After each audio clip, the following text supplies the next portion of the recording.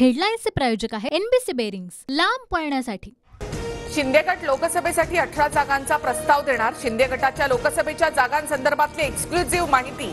2019 मध्ये धनुष्यबाण चिन्हावर जिंकलेल्या 18 जागांवर शिंदे गटाचा दावा, सूत्रांची माहिती। शिंदे गट 2 मंत्र्यांना लोकसभेमध्ये उतरवण्याच्या तयारीत, सूत्रांची माहिती। छत्रपती संभाजीनगरमधून संदीपान भुमरे तर धाराशिवमधून मंत्री तानाजी सावंत यांची चर्चा। लोकसभेसाठी महाविकास आघाडीच्या 42 जागांवर जवळपास शिक्कामोर्तब। अकोला, भंडारा, गोंदिया, हिंगोली, नाशिक, पुणे आणि वर्धा या 6 जागांवरून तिढा कायम। 27 फेब्रुवारीच्या बैठकीत जागा वाटपावर अंतिम निर्णय होणार।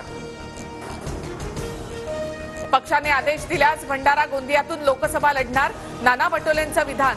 तर 27 किंवा 28 मार्चला जागा वाटप जाहीर करणार, नाना पटोले यांची माहिती।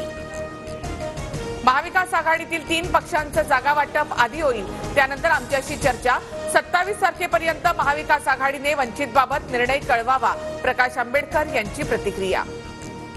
महाविकास आघाडीकडून ऑफर नाही, मात्र ऑफर येण्याची शक्यता। मला उमेदवारी मिळाली तर अनेकांना आनंदच होणार। कोल्हापूर लोकसभेबाबत शाहू महाराज छत्रपतींचं सूचक वक्तव्य।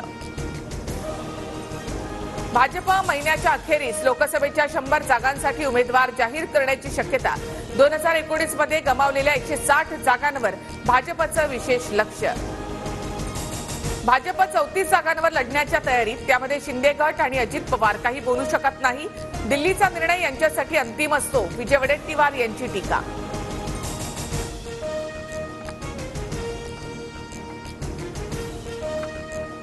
बारामतीमध्ये सुनेत्रा पवार सक्रिय, राजकीय दौरे सुरू। अजित पवारांच्या नेतृत्वात बारामतीचा विकास झाल्याचं सुनेत्रा पवारांचं विधान। तर सुप्रिया सुळेंचे आज बारामतीमध्ये 2 मेळावे। अमित ठाकरेंकडून लोकसभा निवडणूक लढवण्याचे संकेत। राज ठाकरेंनी जबाबदारी दिल्यास यशस्वी पार पाडणार। पुणे लोकसभेच्या जागेवरील प्रश्नावर अमित ठाकरे यांचं उत्तर। ठाकरे गटाचे नेते रवींद्र वायकरांच्या पक्षांतराच्या हालचाली वाढल्या। जोगेश्वरी जमीन गैरव्यवहार प्रकरणात वायकरांच्या प्रस्तावाचा पुनर्विचार करण्याची पालिकेची तयारी। युवराज काशी युपीच्या तरुणांना व्यसनी म्हणत आहेत। इंडिया आघाडीने केलेला तरुणांचा अपमान विसरणार नाही। पंतप्रधान मोदींचा राहुल गांधींवर निशाणा। वाराणसीमधील तरुण नशेच्या आहारी, राहुल गांधींनी केलं होतं वक्तव्य। हेडलाईन्सचे प्रायोजक आहे एनबीसी बेरिंग्स, लांब पळण्यासाठी।